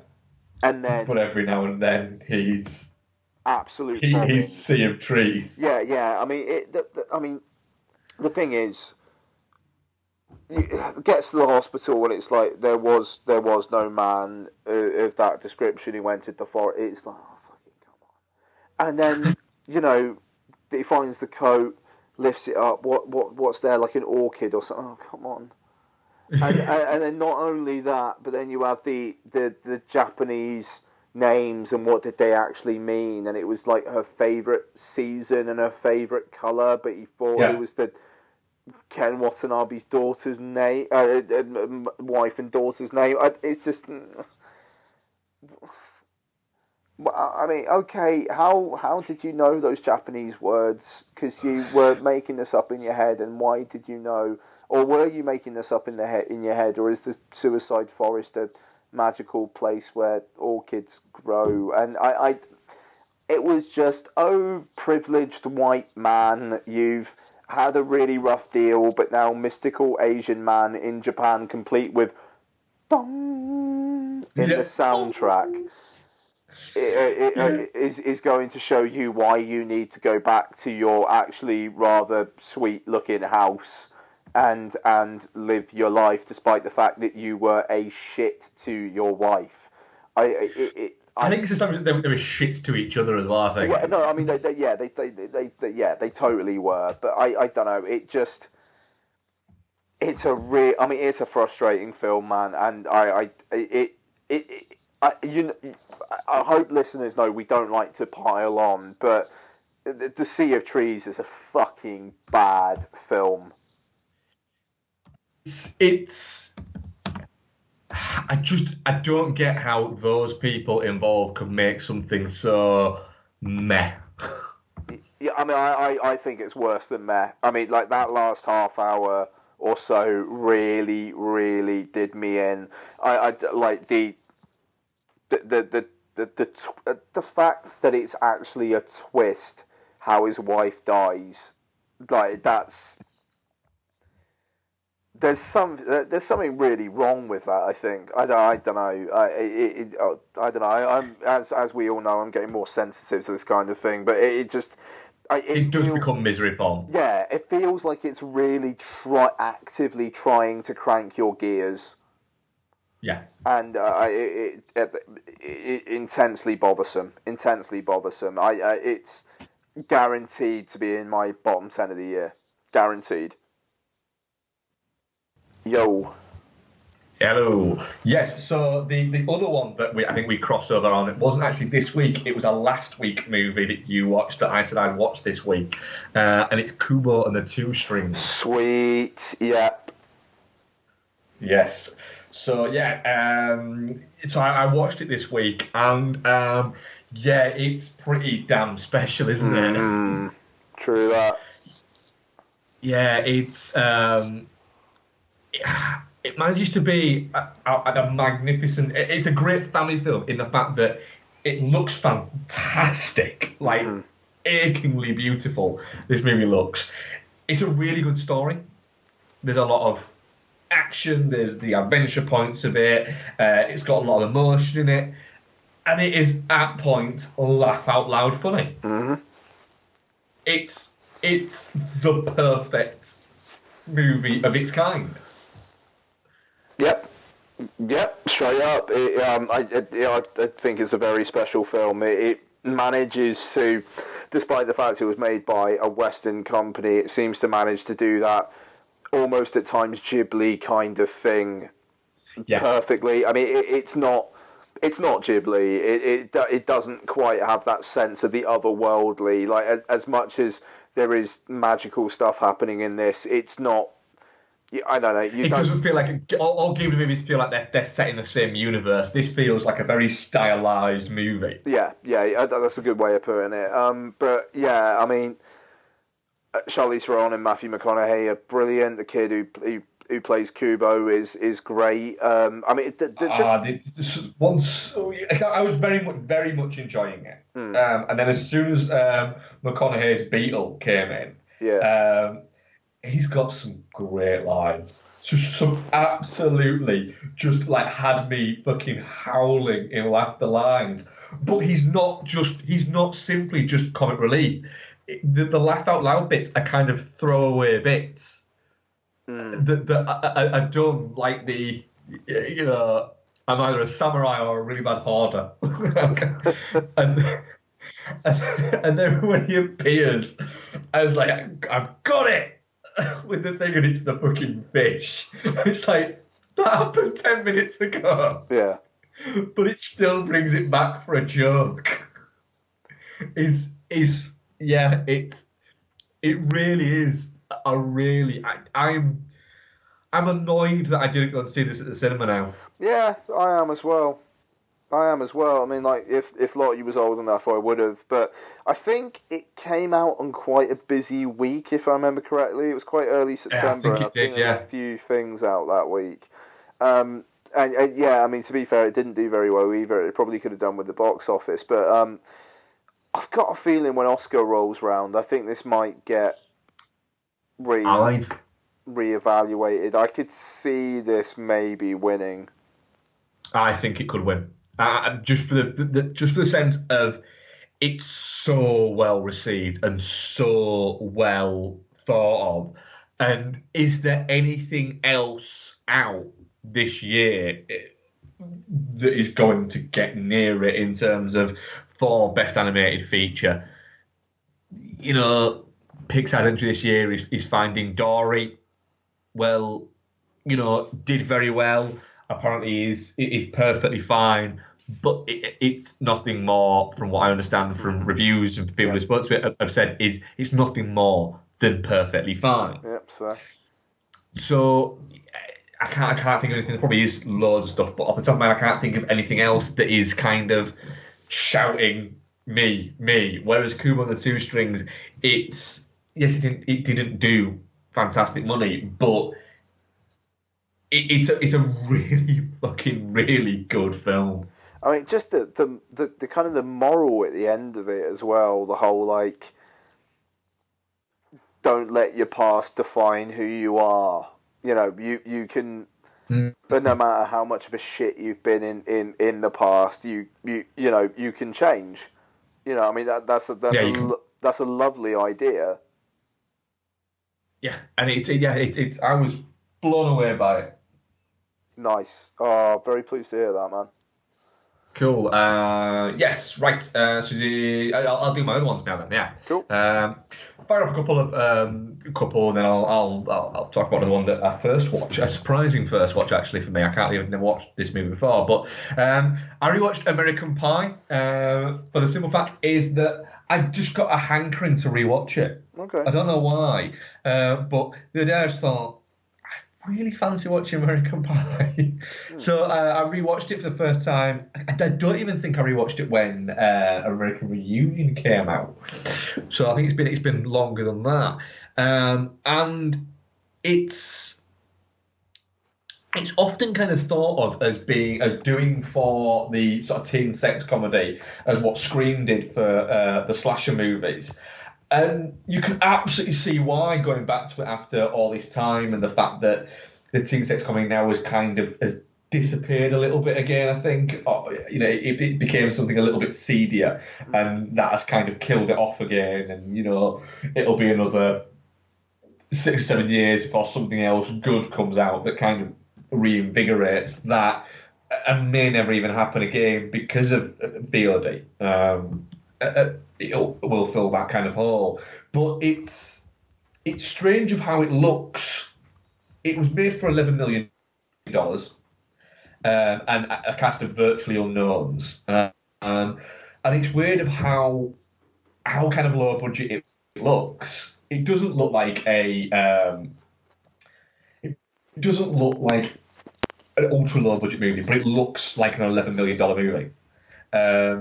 But it's also got some really quite cinematic shots in there. You can tell that the White brothers were that they were film fans, and they were trying to do sort of cinematic looking shots within the movie. There's a lot of that going on, but in this teen sex comedy about a bunch of kind of like not quite nerdy kids, but they coined the phrase the in-betweeners that's been kind of coined by the TV series now.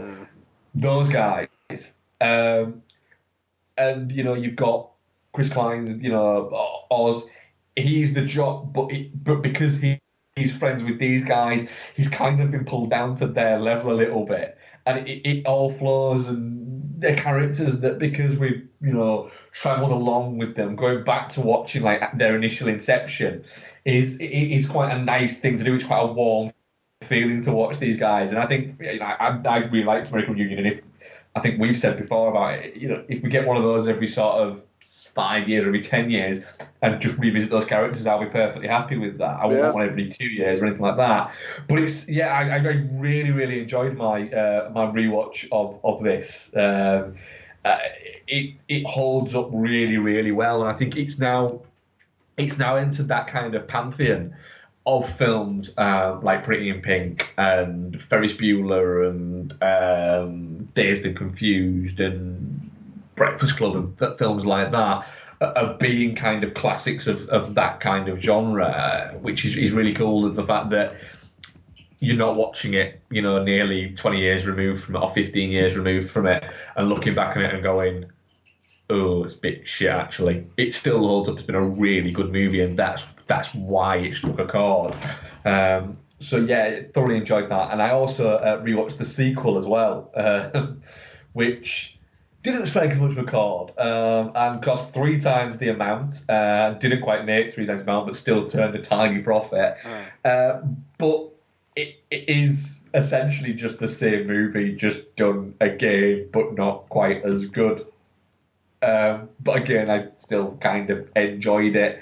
It's the continuing adventures. There's a lot of throwaway lines in it. Sean William Scott has a bigger character because Stifler, was the shout out kind of, the star of the movie without actually being the star of the movie in the first one. He was the loudest character, so of course the loudest character gets the most attention broadly, and so he's got more attention in this. But there's still some, there's still some sort of amusing bits in it. But it's what is also weird is I kind of paused it halfway through. But Shannon Elizabeth's Nadia character isn't that attractive, is she? And Bet's like, she isn't at all, really, is she? She's like the sort of people who think that Page 3 was like alluring, attractive. Yeah, that's fair. And she's I'm sure she's a lovely person, but she's not that attractive. The rest of the female characters in it are a lot more attractive in it. It's kind of weird going back and looking at that in the early noughties that was attractive, and it's like a thing that I remember me and Noel having a conversation a while ago about somebody being very 80s hot. I can't remember who it was now, and it is a thing. It was I think it was Beverly D'Angelo in European Vacation, that she was very 80s hot. And so it's that, or it might have even been the fucking hell, the wife of Bruce Dern in The Burbs. Yeah, okay, yeah, I totally get that. Yeah, Yeah. sure. And so that's it. Shannon Elizabeth is very early 90s hot, as in the same way as this is a very early noughties soundtrack. It's got fucking, Alien Ant Farm on it. It's got Sum 41 on it. It's got Blink 182 and Green Day and people like that. It was a nice sort of weird trip down memory lane. Yeah. And my final one is a movie that I'd never seen before, and I don't know how the fuck I'd never seen this. To Live and Die in LA. Shit, fuck off, really? You've never seen that? I've never seen it. Wow, okay. I've never seen it. I saw it in, somebody had bought it. I think, because Arrow have done it, I think. Yeah, I think it's recently come out in the US or something, yeah. Yeah, it could be the US, it could be there. And I looked at it and thought, I've never seen To Live and Die in LA. I know it's freaking, I know it stars William Patterson, I know it stars Willem Dafoe, but I know nothing else about it. It's just one that's completely passed me by. So I said to Bex, do you fancy watching Live and Die in LA? And she said, well, stick a trailer on, I'll see what...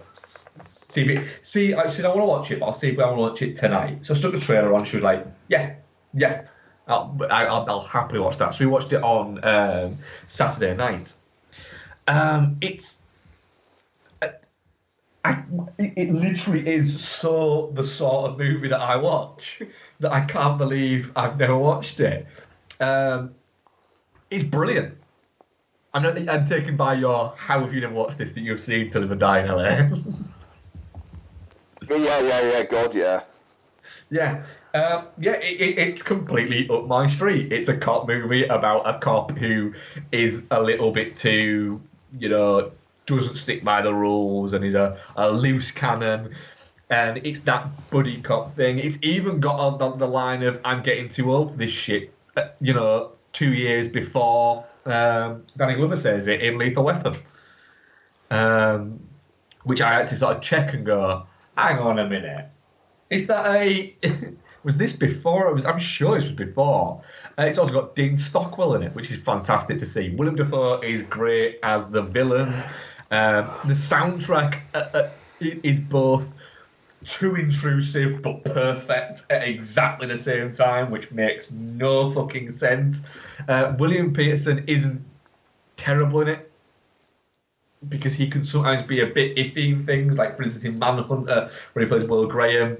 Again, he straddles the line of being not great, but working perfectly for the role, which is strange. But yeah, it really is fantastic, and I cannot believe it's taken me this long to watch it. Yeah, man. Yeah, no, it was a no-brainer. You were gonna like that. Yeah, it literally was. Gordon, what else have you been watching? Okay, so I rewatched The Nice Guys, which is currently my favourite film of the year. So we'll be talking about it. I need to rewatch it before the end of the year. Yeah, we'll be talking about it more in January. So I'll leave it there. A couple other things from me. Absolutely Fabulous, the movie. I did a double bill of Huntsman Winter's War in this last Tuesday, so... Weird double bill, that. Yeah, I know, it's some fucking, just seeing stuff that came out this year double, I suppose, but, so, I quite enjoyed it, won't lie. Joanna Lumley's doing some next level funny shit in it. Joanna Lumley is amazing in this fucking film. Especially in the last third or so. It looks like a fucking TV show. Whatever. But it made me laugh a lot more than I thought it was going to. I thought it was a really good 90 minutes. So there you go. Absolutely fabulous. The movie is not going to be in my fucking top 10 or anything, but if Donna's watching it, I'd happily fucking sit there and watch it. So there you go. And I'll end it with How to Be Single. Is this the Rebel Wilson and Dakota Johnson. Dakota Johnson? That's it. Yeah, it's Dakota Johnson, Rebel Wilson, Leslie Mann, and Alison Brie. Um, so kind of an ensemble piece, but centered around Dakota Johnson. Even though some of the plot threads are actually surprisingly separated. Like Alison Brie, don't remember if her character ever. I don't think she ever actually meets Dakota Johnson's character. She doesn't meet Rebel Wilson's character. I'm pretty sure she doesn't meet Leslie Mann's character.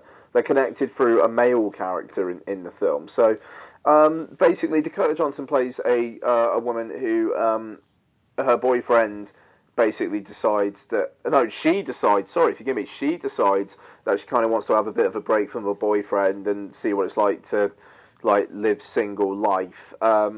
Very soon after that, she decides, actually, no, I want him back. But then it turns out that he's actually seeing someone else. So she's kind of forced to be single, essentially.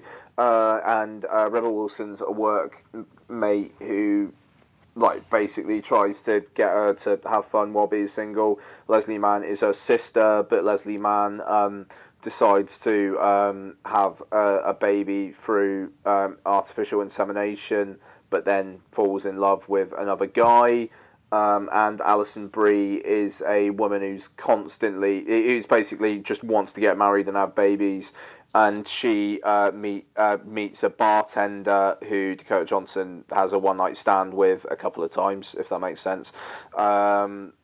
And there's a bit of a will they won't they thing there as well. So yeah, it's funny. It does a few things that you don't expect it to. About halfway through, Dakota Johnson starts seeing a particular person, and then where that goes and quite quickly is quite surprising. And I don't know, it's interesting because it's kind of half saying it's good to have a man with you, to live life with you, but then also other characters are like, if I don't have a man with me, that's fine. I mean, it's interesting. So I'm looking at the poster now on Letterboxd, and literally, it's the four women sat there together, all kind of smiling with each other. And yeah, Alison Brie, literally, I think, sees Dakota Johnson once, and that is her only connection to the other characters. It's kind of weird, actually. I none of them ever really seem to hang around with each other, apart from maybe one or two scenes. But yeah, I mean, there's a moment in it which I really appreciated where it's the end of a revelation moment, and Dakota Johnson gets into the back of a taxi, and the taxi driver says, where you going? And she goes, home. And then the music kind of rises up, and he just goes, woman, I don't know where the fuck you live. And it's okay, alright, do you know what? You've won me. Because I was thinking right at that moment, that's fucking shit. And then he breaks out with that. It's okay, cool. All right, you've got me. I'm alright with that. Yeah. So it doesn't have many of those moments, in fairness. But so kind of it's the way he says it, woman, I don't know where the fuck you live. It's brilliant. I think it's worth a watch. It's got Tuesday night watch written all over it. Is that maybe Tuesday or a Thursday? I watched it Thursday night / last 20 minutes on the train on the Friday morning.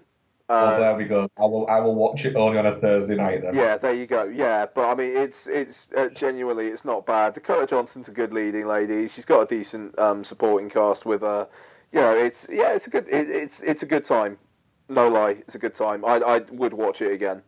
That's it. Cool. So we don't have any mail, surprisingly. We're running well over 2 hours, I think. So or just on 2 hours. So that's just good. On 2 hours, yeah. Yeah, nice. Twitter questions. Yeah, we have a couple. I think yes. Andrew Jones at Ethan Run on Twitter. Films you'd love/hate to see sequels or prequels too long after the fact, Oh, fuck me, and that's a lot what of would they words. contain? Sequels, Um, prequels, what? Films you'd love/hate to see sequels or prequels too long after the fact, and what would they contain? So I think, for instance, something like Independence Day Resurgence Oh, was a Christ, yeah, sequel, right. but it was like 20 years after it, which seems like just too long, and it did seem like too long after it. Um, so whereas like Jurassic Park, for instance, worked. Okay. Been as long removed from it. I'd love to see the sequel to Midnight Run that was planned. That's a good shout. Um, obviously if Charles Grodin is well enough, you won't want to see it with him on his deathbed doing it. But yeah, I'd like to see that movie. I think they could absolutely do something with those characters. So be it, I don't know, fucking he does open the coffee shop that he wants to open, and then Charles Grodin's character just comes in, just sort of saying, remember that money? Yeah, that's still, yeah, we need to go. Anything like that, and they go for another fucking caper or some bullshit like that. I'd happily watch that all day fucking long. Um, I'd fuck, man. I mean, could you imagine if we got like a Big Trouble in Little China sequel now? Oh God. I'd happily go watch that. I'd also watch another Escape From movie. Oh man, could you? Oh fuck, if they actually did Escape from Earth, Yeah. fuck, Oh God. that would have been Yeah. amazing. I'd watch the shit out of that. Yeah, that reminds me, man. I kind of have a hankering to rewatch the Thing prequel. I don't know You see, why. I've been wanting to rewatch The Thing recently. I think I'm going to watch it in December because it's Mm, set snow, even though yeah. it's not a Christmas movie. But I'm going to watch it to break up the Christmas movie that I'll be watching a little bit because I think you can overload on Christmas movies. So I'm going to watch it then. So I might watch the prequel then as well. I've just got a weird, like, I kind of want to give that another go, just because it's an interesting cast, that fucking thing, man. Like, Mary Elizabeth Winstead, Joel Edgerton, Eric Christian Olsen, Ulrich Thompson, Adewale Akinu Akabayi, or however you pronounce his name. It's a fun little cast. Yeah, Um, it is actually, isn't it? Fuck, I'm going to rewatch that. Maybe even this week. yeah, man. But I'm going to So watch weird they that called it. before I watched The Thing, to be honest. It's so weird they called that the thing. Yeah. Like It really is. like just it's I don't It's know. not The Thing. It's not the thing. It's not a remake. It's not a pre. Well, I mean, it is a prequel. It's not a sequel. But why call it that? It's a strange one, isn't it? It And doesn't make fucking sense. going down the iTunes hole, it said viewers also bought John The Thing. Carter. John Carter's 11.99 on iTunes. No one's going to buy John Carter for That 11.99. literally is Disney trying to stop that movie making money. Yeah, isn't it just like It's £108. fucking? I mean, Christ, I really like John Carter. I'm not paying 11.99 for an iTunes copy. It's just it. No, no. No. But yeah, sequels you wouldn't want to see. I don't want to see what Travis Bickle's still doing. I thought there's been a long movie kind of sequel to what is it? I don't want to see. Because I assume that at some point he's probably killed himself. Yeah, well, yeah, it'd just be him in a grave, wouldn't it? Yeah, so I don't fucking need to see that. What else have they been talking about doing sequels to that you just go, no. I don't want to see the third Bridget Jones movie. I don't. I know they've made it, but I don't want to see it. Noel's in it. Noel's in it.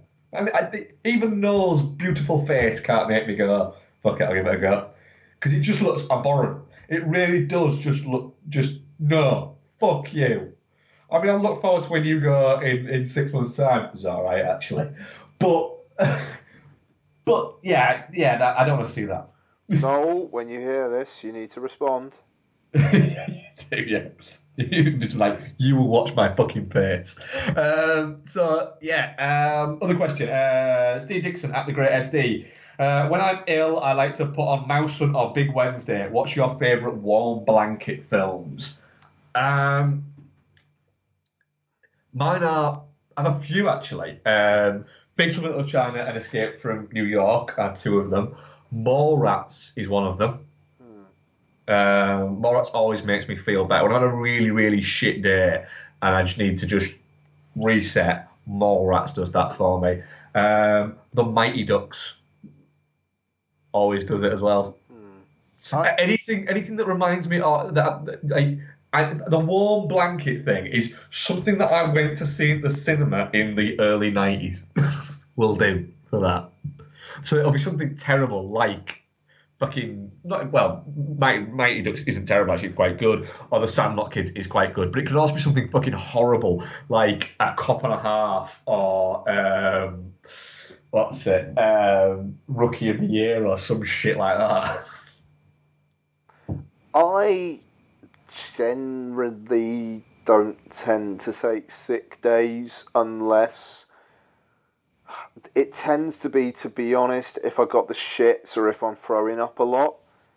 And if it's one of those, I don't feel like I can concentrate all that much. I would rather just sit and watch a load of Simpsons or like even Modern Family, or I mean, I remember the last time we had a really bad sickness bug in our house. Donna and I watched like the whole first season of Unbreakable Kimmy Schmidt in the space of like 2 days. Well, that's what made you sick. Sorry? No, well, that's just going to make you even sicker. I like Unbreakable Kimmy Schmidt, but I'll be honest. I touch wood. I tend to be a man about it and just man the fuck up and go into work and stop whining. Oh, I actually had a sick day 8 years. Yeah, no. So there you go. Like literally, I usually only take a sick day if I would not actually be able to do my job. Like if it was flu or something like that. I mean, unless I was just I can't get out of bed. I just generally tend to get on with it. But yeah, I don't know. Christ, the last time I bloody watched a film when I had a sick day, I think I watched Battle of the Planets. So that was our last question there. Oh, okay, fair enough. So next week, we've got Sully. Miracle on the Hudson. Which I have some interest in. I do as well. But there was something else that I was thinking you might be more into. Bleed for This. Ooh. Yeah, Bleed for This. I'm very up for Bleed for This. He sounds more up for Bleed for This than he is Sully. So. But we'll not decide quite yet, and we'll leave it. We'll leave it for now and let people find out next week's show. Yeah, I mean, I'm to be honest, if we do Bleed for This, I'll probably just end up watching Sully in the week next week anyway. So it's kind of no bother, but we'll see how it goes. The week after is interesting, man. Office Christmas Party and Birth of a Nation. That would be quite the double bill. Oh, and Snowden. Fucking hell. Oh, yeah. Okay, right. Right, well, we might be doing a double review then. We might throw in a double review then. Yeah, okay, yeah. There's actually, thinking about it, there's actually a Cineworld Unlimited screening of it I can just go to this week as well. So, we might well actually end up doing Bleed for This and Sully. So, yeah, okay, cool. And then the week after, Office Christmas Party, Birth of a Nation and Snowden. Triple bill. A week after that, I'm hoping we can get Steve back on for Rogue One. Yes, absolutely. Yeah. Week after that, Passengers. Week after that, Why Him? Week after that, Silence. Maybe Assassin's Creed. Assassin's Creed. Week after that, Monster Calls. Week after that, La La Land in Manchester by the Sea. And there's something else out that weekend on the 13th. What is? There's something else out. There's 4 actually, I think, Shit out that week. it off. And we can't forget Monster Trucks. Let me check. 13th, there is Manchester by the Sea, La La Land, Live by the Night. Oh, Live by Night, fuck. Okay. And the new De Niro one, The Comedians, out that week as well. Right, I'll be honest, that's going to be pretty low down in my list in comparison to the rest of them. It just kind of is what it is. Right, Friday the 13th of January also sees a film called The Bye Bye Man, which, I don't know, that's an interesting title. Fucking hell, there's... And The Bye Bye Man, of course, stars Doug Jones. As The Bye Bye Man. Yeah, of course it fucking does. Oh my god. Dunaway's in that as well. Who? Yeah, Dunaway's in that as well. Jesus Christ. 20th of January, Jackie, Split, and Triple X Free. Fuck, I want to see all 3 of those. I want to see one of those. Well, alright, what? Triple X. Okay, alright, well that's fine. Alright, well, we'll do Triple X and I'll, What, you got no interest in Split? No. Really? Yeah, I've no interest in any fucking thing that M. Night Shyamalan does.